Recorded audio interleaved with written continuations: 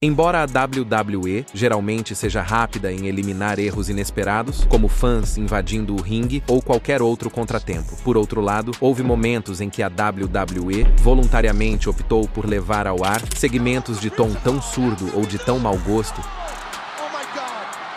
que deixaram todos se perguntando o que eles estavam pensando. Dito isso, vamos dar uma olhada nos momentos da WWE que provavelmente deveriam ter sido censurados. A sequência invicta do Undertaker na WrestleMania é um dos legados mais celebrados da história da WWE, mas nem todo capítulo dessa sequência foi uma obra-prima. De fato, uma entrada foi tão perturbadora, tão insípida, que quase nunca é mencionada pela WWE atualmente. Na WrestleMania 15, The Undertaker enfrentou Big Boss Man em uma luta Hell in a Cell. A partida em si não foi nada de especial, mas foi o pós-jogo que deixou os espectadores atônitos por todos os motivos errados. Depois de derrotar Boss Man, The Undertaker olhou para as vigas, onde seus capangas do Ministry of Darkness desceram. O Deadman prendeu um laço no pescoço de Boss Man e o ergueu no ar, simulando um enforcamento público, ao vivo, no pay-per-view, durante a WrestleMania. Mesmo para os padrões da Era da Atitude, foi um exagero, desnecessariamente escuro e completamente fora de lugar em um ringue de luta livre. Dado o status lendário de The Undertaker e o fato de que Big Boss Man já faleceu, não é de surpreender que a WWE opte por nunca mais mencionar esse momento. Embora a Ruthless Aggression era não tenha sido tão selvagem quanto a Atitude era, ainda assim não faltaram histórias questionáveis. E a saga de Dawn Marie e Al Wilson é um ótimo exemplo. O que começou como uma briga normal entre Dawn Marie e Torrie Wilson rapidamente se transformou em algo saído diretamente de um pesadelo de novela. Como forma de se vingar de sua rival, Dawn Marie colocou sua mira no pai de Torrie na vida real, Al Wilson. Talvez McMahon tenha achado que era uma ótima ideia envolver um homem idoso nessa história já bizarra. Depois, Dawn Marie propôs casamento a Al Wilson e, de forma chocante, sugeriu que eles se casassem usando roupas íntimas. Mas a WWE ainda não havia terminado de exagerar. Na semana seguinte, no SmackDown, a WWE exibiu imagens da lua de mel do casal, em que Al Wilson aparecia inconsciente no quarto de hotel. Os paramédicos entraram correndo e tentaram reanimá-lo, mas a revelação chocante veio da própria Dawn Marie. Al Wilson havia morrido por excesso de sexo, embora tenha sido a última vez que Al Wilson foi visto na TV da WWE. A rixa entre Torrie e Dawn Marie não terminou ali. Sua rivalidade se arrastou até o Royal Rumble de 2003, no que a WWE promoveu como uma luta entre madrasta e enteada. Claramente, nenhuma história havia sido tão bizarra, mas, como a história nos mostrou, esse não seria o último episódio da mente perturbada de Vince McMahon. Vamos seguir em frente, não para um combate ou um segmento no ringue, mas para um pacote promocional que colocou a WWE em sérias dificuldades. A WrestleMania 39 ainda é considerada um dos melhores momentos da era Triple H. O card apresentou um equilíbrio brilhante entre a luta livre de alto nível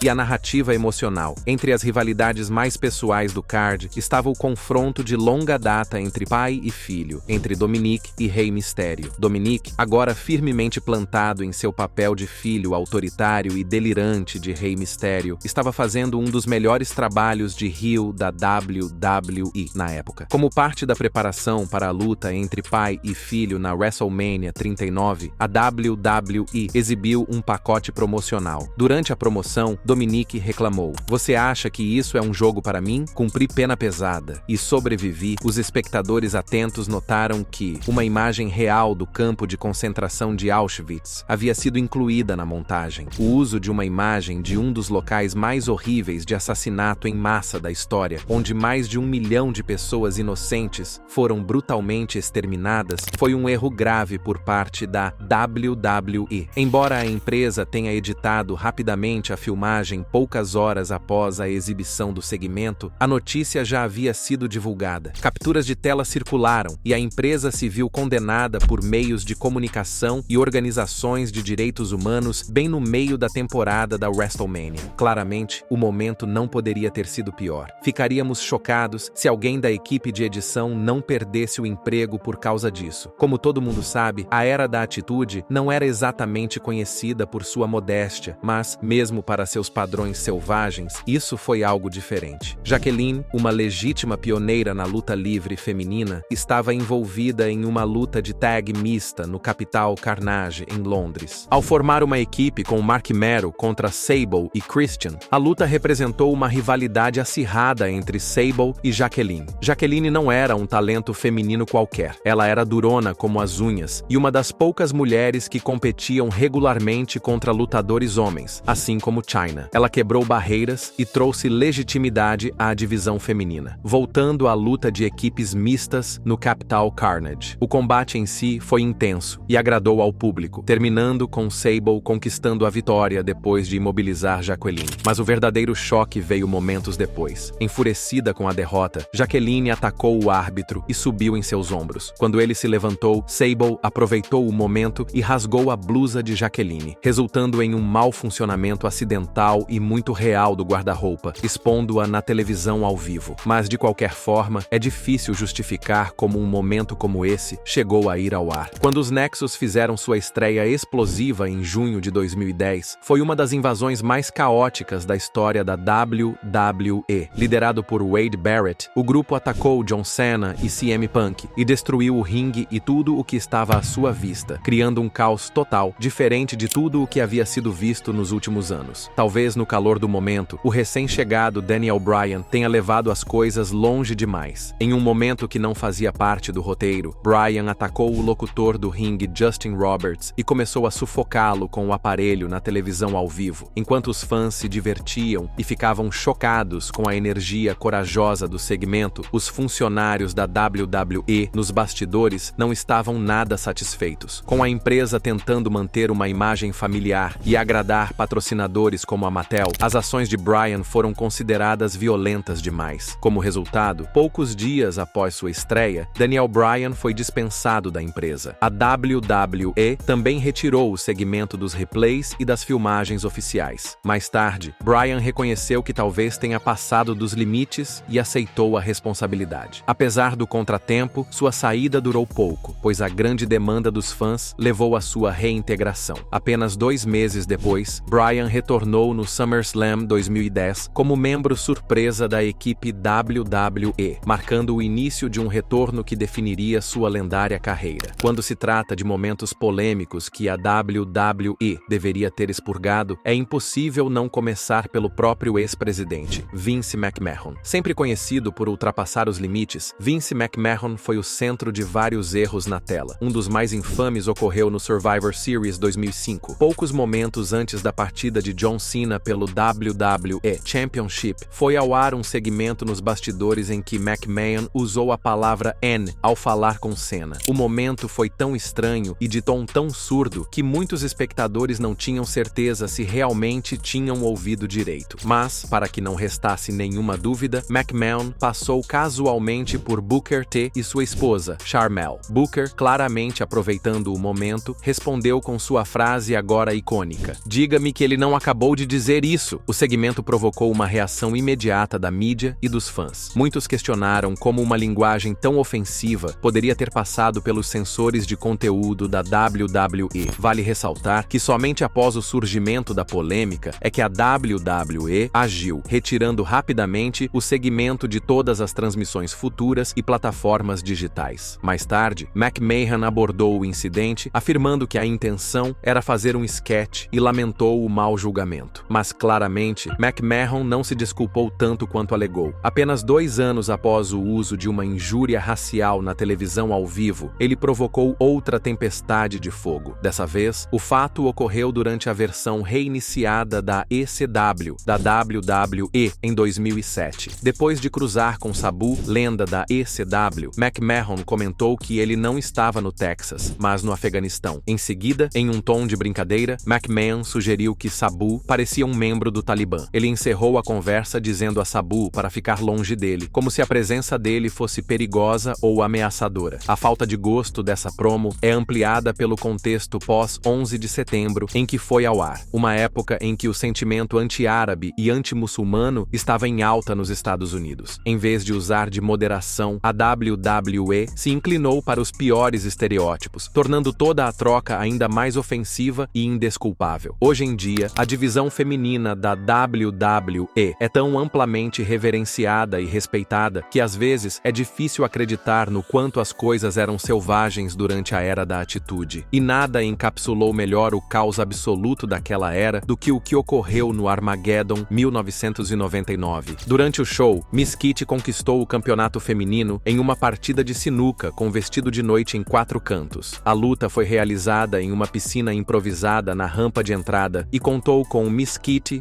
Ivory, Jaqueline e Bebê. O objetivo? Tirar os vestidos de noite de suas adversárias enquanto lutavam na água. Depois de sua vitória, ela pegou o microfone e declarou que queria comemorar ainda mais. Para a diversão do público, ela se despiu até a roupa de baixo e, em um momento que foi ao ar ao vivo, expôs brevemente o peito para o público. O segmento foi imediatamente interrompido quando o sargento Slaughter correu para cobri-la com uma toalha. Mas não antes de o momento se tornar um dos incidentes sem censura mais infames da história da empresa. Muitos fãs têm suas próprias opiniões sobre a infame Live Sex Celebration entre Edge e Lita, que foi ao ar em 2006. Apenas uma noite depois de Edge ter trocado seu contrato Money in the Bank no New Year's Revolution para derrotar John Cena e se tornar campeão da WWE, ele cumpriu sua promessa ousada, comemorou a vitória com sua namorada Lita em uma cama enorme montada no meio do ringue, ficando íntimo na frente de um público ao vivo. Antes que o segmento pudesse ir muito longe, Ric Flair interrompeu, terminando com John Cena atingindo Lita com um Attitude Adjustment. Embora o segmento tenha gerado recordes de audiência para a WWE, o que aconteceu nos bastidores foi muito mais perturbador. Anos mais tarde, Lita explicou que ela, juntamente com Edge e John Cena, implorou a Vince McMahon para que o segmento fosse eliminado ou atenuado, mas McMahon se recusou. De acordo com Lita, ele até ameaçou demiti-la se ela não fosse em frente. As consequências afetaram profundamente Lita. Mais tarde, ela citou esse incidente como um dos principais motivos de sua saída da WWE no final daquele ano. Para piorar a situação, o segmento também apresentou um breve defeito no guarda-roupa, em que o seio de Lita foi acidentalmente exposto na TV ao vivo. A WWE rapidamente censurou a filmagem em reprises posteriores, mas o momento foi inicialmente transmitido sem filtros para milhões de pessoas. Um risco infeliz que muitas vezes vem com esses segmentos que ultrapassam os limites. A Beast Incarnate Brock Lesnar é um dos lutadores dominantes de todos os tempos e construiu sua carreira com base em sua natureza implacável. No início de sua carreira, a WWE queria mostrar o quão impiedoso Lesnar poderia ser, e para isso o colocou contra o primeiro lutador amputado da empresa, Zach Gowen. Gowen havia perdido a perna por causa de um câncer quando era criança, mas isso não o impediu de entrar para o mundo da luta livre profissional. Ao contrário de uma aparição única como convidado, Gowen era um astro da WWE, totalmente contratado, mas a WWE viu uma oportunidade de usá-lo como uma ferramenta para ampliar a personalidade monstruosa de Lesnar. Lesnar atacou Gowen antes mesmo de a luta começar, desferindo um ataque implacável que incluiu golpes na cadeira de aço, cotoveladas violentas na cabeça. Tudo isso na frente da mãe de Gowen, que assistia horrorizada do público. No final, Gowen foi deixado em uma pilha sangrenta e imóvel. Então, por que esse momento está em nossa lista? Possivelmente por ele ter violado a etiqueta dos bastidores ou por ter se desentendido com a gerência. Anos mais tarde, Gowen falou sobre o incidente em uma entrevista no podcast Rewind, Recap, Relive, revelando o quão perigoso o segmento realmente foi. Ele deveria ter me dado 3 powerbombs seguidos, lembrou Gowen. Mas depois de 2, ele percebeu que eu estava inconsciente. Ele sentiu meu corpo ficar mole. Eu tinha batido a cabeça com força no tapete. Sinceramente, ao parar, ele pode ter salvado minha vida. Embora o segmento possa ter sido projetado para elevar a personalidade cruel de Lesnar, especialmente devido ao perigo real envolvido. A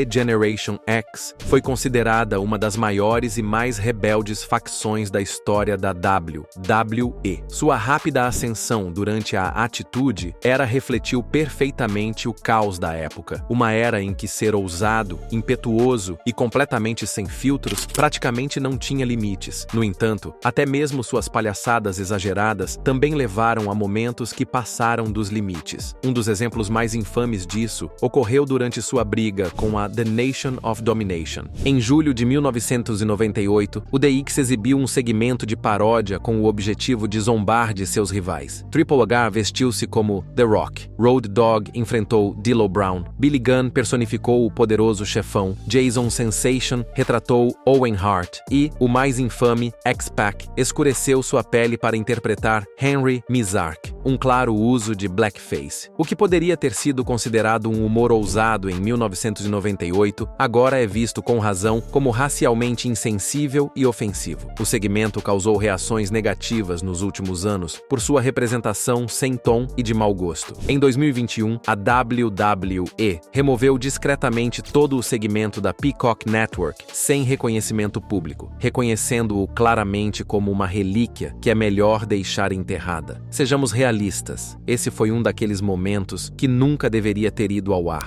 Infelizmente, quase 2 décadas depois, a WWE provou que não aprendeu muito com os erros do passado. Desde o momento em que Jinder Mahal conquistou o WWE Championship, seu reinado foi recebido com ceticismo, pois muitos o consideravam o campeão mundial menos confiável da história recente. Mas o ponto mais baixo de sua carreira ocorreu, sem dúvida, durante sua disputa com Shinsuke Nakamura. Se acabar com a sequência invicta de Nakamura não fosse suficiente, a WWE levou as coisas ainda mais longe na preparação para o combate Hell in a Cell. Em um segmento, Mahal zombou repetidamente da herança japonesa de Nakamura, com expressões faciais exageradas, sotaques zombeteiros e piadas dignas de vergonha. Ele se referiu a Nakamura como Mr. Miyagi e riu dele junto com seus companheiros. O momento que realmente passou dos limites foi quando Mahal disse: "Você sempre faz a mesma torre", provocando suspiros audíveis do público, com muitos cantando "Isso foi longe demais". Dessa vez, ao contrário do que aconteceu no final dos anos 90, a WWE não conseguiu se safar com promos racialmente insensíveis. As críticas se espalharam tanto que a WWE foi forçada a emitir uma declaração pública para o The Washington Post, tentando abordar a polêmica. Anos depois, o próprio Jinder Mahal falou sobre o segmento em uma entrevista com Chris Van Vliet. Ele revelou que a promo racialmente insensível não foi ideia sua, ela veio diretamente de Vince McMahon. "Eu fiz a promo, não fiquei feliz com ela, não estou orgulhoso de mim mesmo por tê-la feito. Gostaria muito de poder voltar atrás naquele momento. Infelizmente não posso. Houve muita repercussão negativa. Lembro-me de voltar do Gorila, e um dos gerentes de mídia social veio até mim e disse: 'Ei, isso está tendo muitas relações públicas ruins'. Embora a atitude era muitas vezes se escondesse atrás da desculpa da ousadia, o incidente de 2017 provou que os tempos haviam mudado, e os fãs não estavam mais dispostos a deixar passar esses momentos. Mas a WWE sempre se arrisca de maneiras que levantam as sobrancelhas, às vezes até no maior palco de todos. Veja a WrestleMania 22, por exemplo. A briga de Mickie James com Trish Stratus em 2005 ainda é uma das rivalidades mais icônicas da história das mulheres da WWE. E James estreou como uma fã excessivamente zelosa de Trish, mas o que começou como admiração rapidamente se transformou em uma obsessão total, até que ela finalmente se descontrolou, atacando seu ídolo e preparando o terreno para um confronto no maior palco de todos. Sua luta na WrestleMania ainda é lembrada como um dos maiores combates femininos daquela época. No entanto, um momento em particular durante a luta levou à obsessão de Mickie por perseguir a adversária um pouco longe demais. Enquanto Trish tentava aplicar o Stratusfaction, Mickie contra-atacou agarrando a virilha de Trish. Em seguida, ela se virou para a câmera e fez um gesto explícito, lambendo os dedos que ela havia formado em forma de V. O público reagiu com uma mistura atordoante de aplausos e suspiros, mas o momento ultrapassou um limite com o qual nem mesmo os funcionários dos bastidores se sentiam confortáveis. Embora Mickie tenha vencido a luta e se tornado a nova campeã feminina, sua comemoração da vitória cerimônia teria sido interrompida nos bastidores. Segundo relatos, Vince McMahon, irritado, a confrontou imediatamente após a luta por ter levado as coisas longe demais. Em uma entrevista em 2021, a própria Mickie James expressou arrependimento pelo incidente, afirmando: "Eu me senti horrível", disse James. "Depois de seu grande momento de alta, eu me senti tão derrotada. Eu pensei,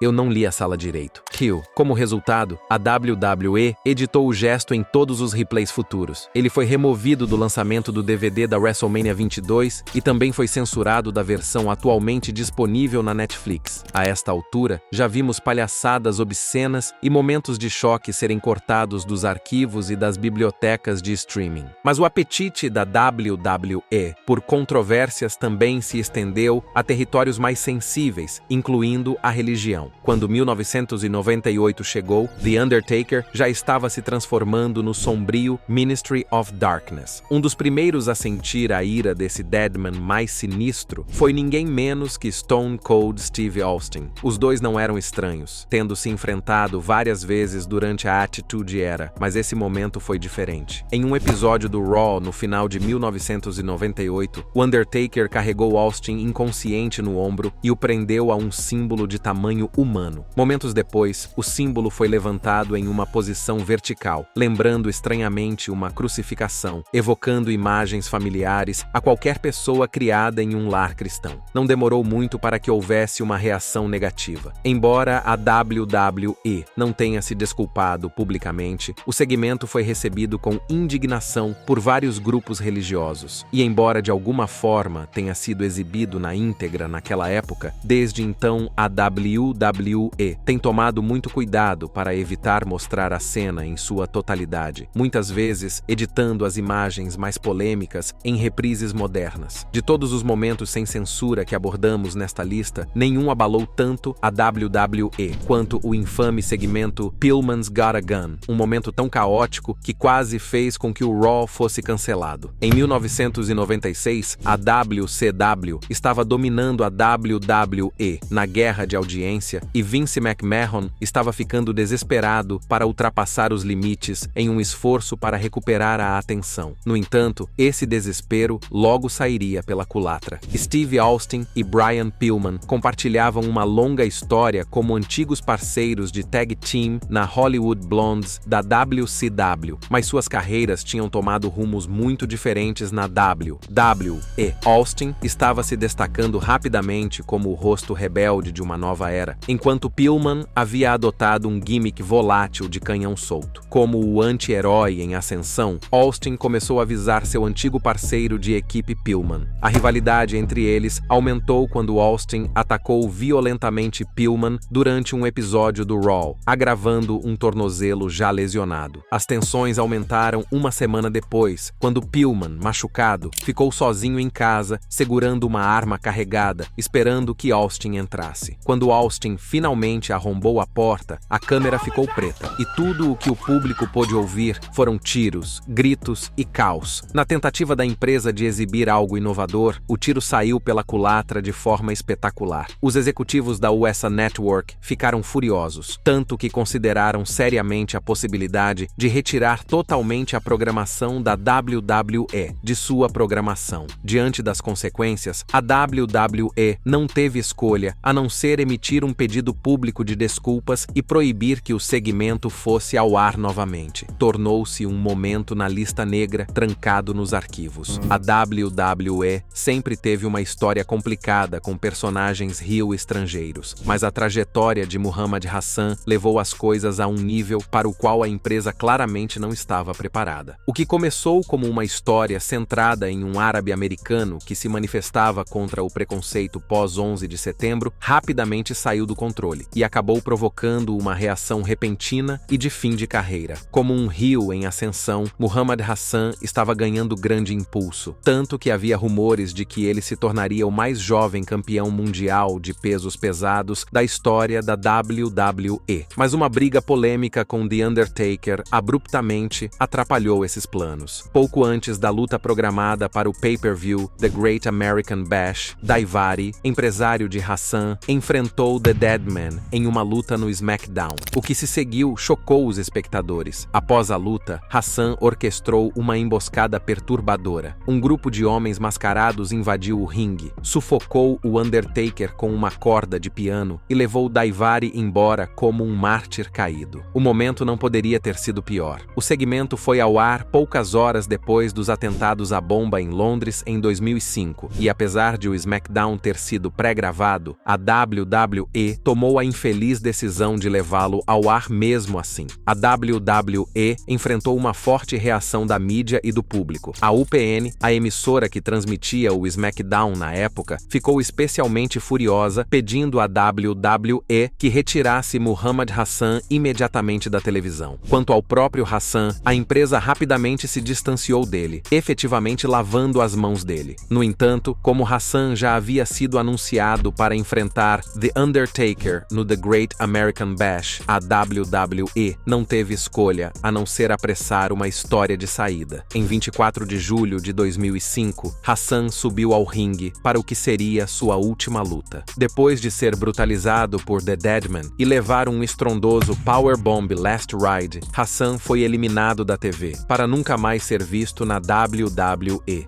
Do simbolismo religioso à insensibilidade racial e à polêmica pós-11 de setembro, qual momento você acha que foi longe demais? Deixe-nos saber sua opinião na seção de comentários e, antes de ir embora, não se esqueça de curtir este vídeo e se inscrever no Ring Rivals para não perder os próximos.